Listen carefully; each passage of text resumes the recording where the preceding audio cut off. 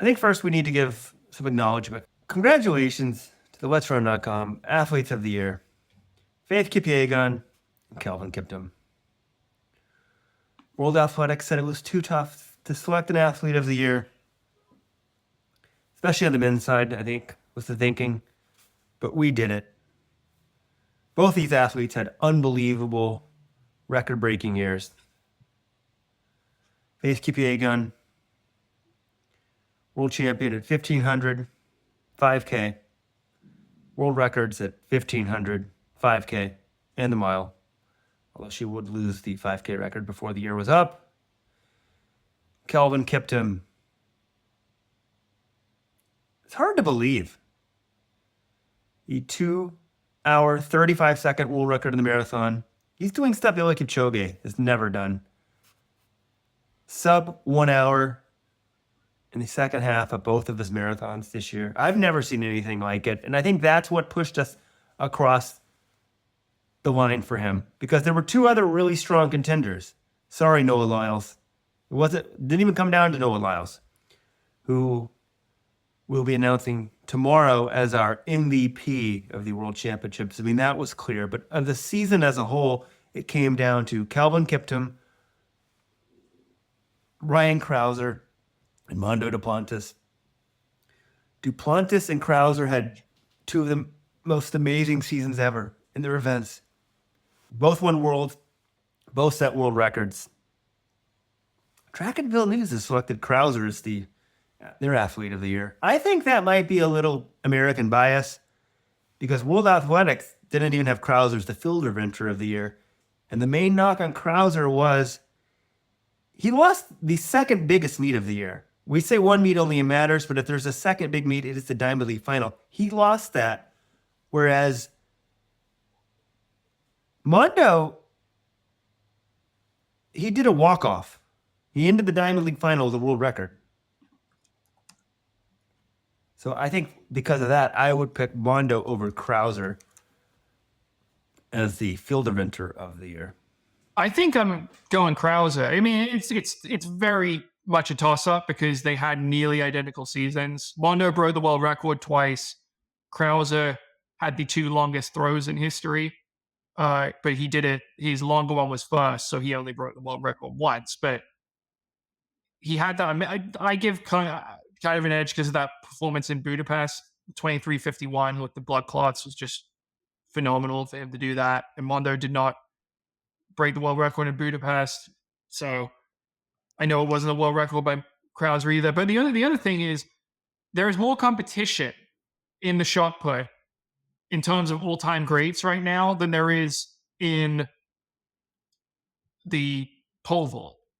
When Mondo got beat, he finished fourth in Monaco. He jumped 572, kind of a middling mark for him. When Crouser got beat, he still threw 22.91 in the Prefontaine Classic. I mean, that's the same winning mark as that amazing all-time great shot put final in Doha in 2019 at the World Championships. It's just he got beat by Joe Kovacs, who also happens to be one of the best shot putters ever. Maybe would be the shot put GOAT if Ryan Crouser didn't exist. So I do get it was a bigger meet that he lost, but he also lost to a guy who historically is much better than anyone Mondo's facing. In some ways, the debate between the field eventers made it easier for us to pick Kiptum. But to me, the thing that put Kiptum over the top was just the dominance.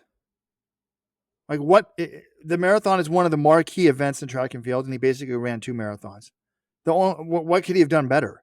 He won one by almost 3 minutes, 2:58, another one by more than 3 minutes. In the last 25 world marathon majors, I think only 3 have been won by more than 1 minute. 2 of them were by him this year. Is that the stat that we came up with, John? And, nobody had won London by more than a minute since 2012 and Chicago by more than 30 seconds since 2011 or something like that. It's just and he's just miles ahead of them. Eliud Kipchoge has run 14 platinum races in his life. Made marathons. He's won 6 by more than 1 minute.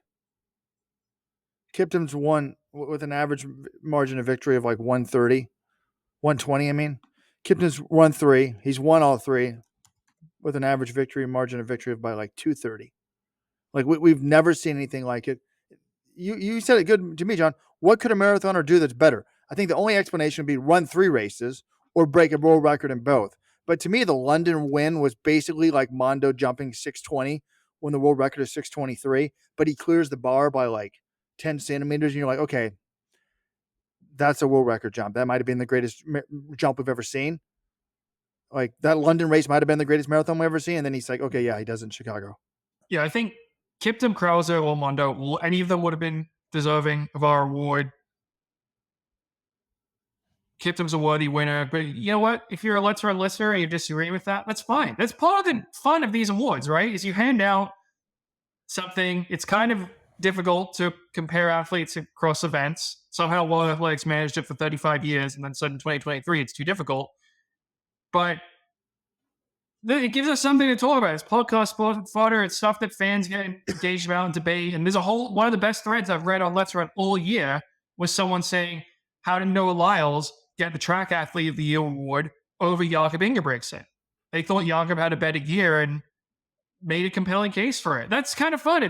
I enjoy debating this sort of stuff. So it's okay. It's not like a gold medal where everyone knows exactly what that means. Like World Athletics, people know it's a subjective award. People vote for it.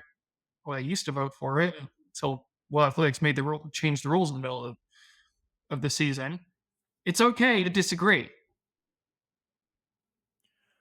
Yeah, but back to that Lyles Ingebrigtsen thing, it was an amazing thread, but I was listening to Friday's podcast again. I think y'all are right. Like, the fact that Ingebrigtsen lost his main event at Worlds, he's behind Loa.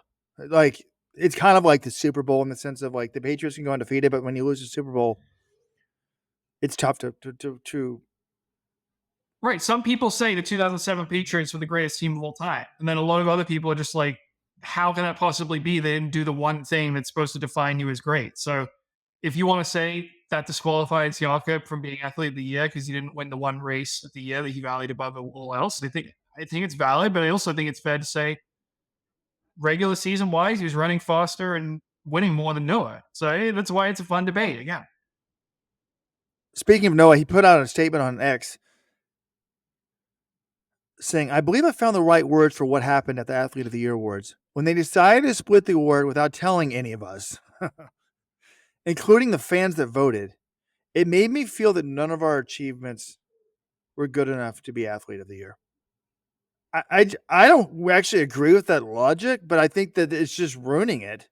Well, you don't have to agree with Like his when logic. everyone's a winner. That's how he felt, Robert. No, I know, but I agree with this. Like, to me, like, when everyone's a winner, you're ruining it. It's not that they're not worthy. You're just saying you're wimping out. They're trying to say they're all worthy. And I guess what he's saying. And he's saying, no, we're none of us are worthy. It's like, you got to say who's the best. No, the way there's a simple solution here, Robert. We have it with the Bowerman every year, which I enjoy. You take the 3 finalists, they go to the coaches' convention, then they hand out the Bowerman Award, and one of them wins it. World Athletics, you do all the voting and everything, and you say, okay, here are the 3 athletes of the year in each discipline, like out of stadium, which I think it should just be roads, track, and field. And you take the winner of those 3 awards, you fly them into Monaco, and then you say, okay, one of you has won the overall Athlete of the Year. So that way we can honor each athlete in their correct disciplines, but we also keep the prestige of the overall Athlete of the Year, and no one's confused that way. Great solution. But I this stadium and track, dumb. Here's my solution. You have 3 winners. Sprints, distance, field. We don't need to have out of stadium. That's race walking versus marathon. No, that's going to be the best marathon in the world. So just do distance, sprints, field. Shit, I need to write a column on that. That's I like that actually because, yeah, the roads, I mean, also, come on, Athlete of the Year is never going to go to a race walker no matter how good they are. So really, it's probably going to be marathon or someone who's breaking the world record at 10K.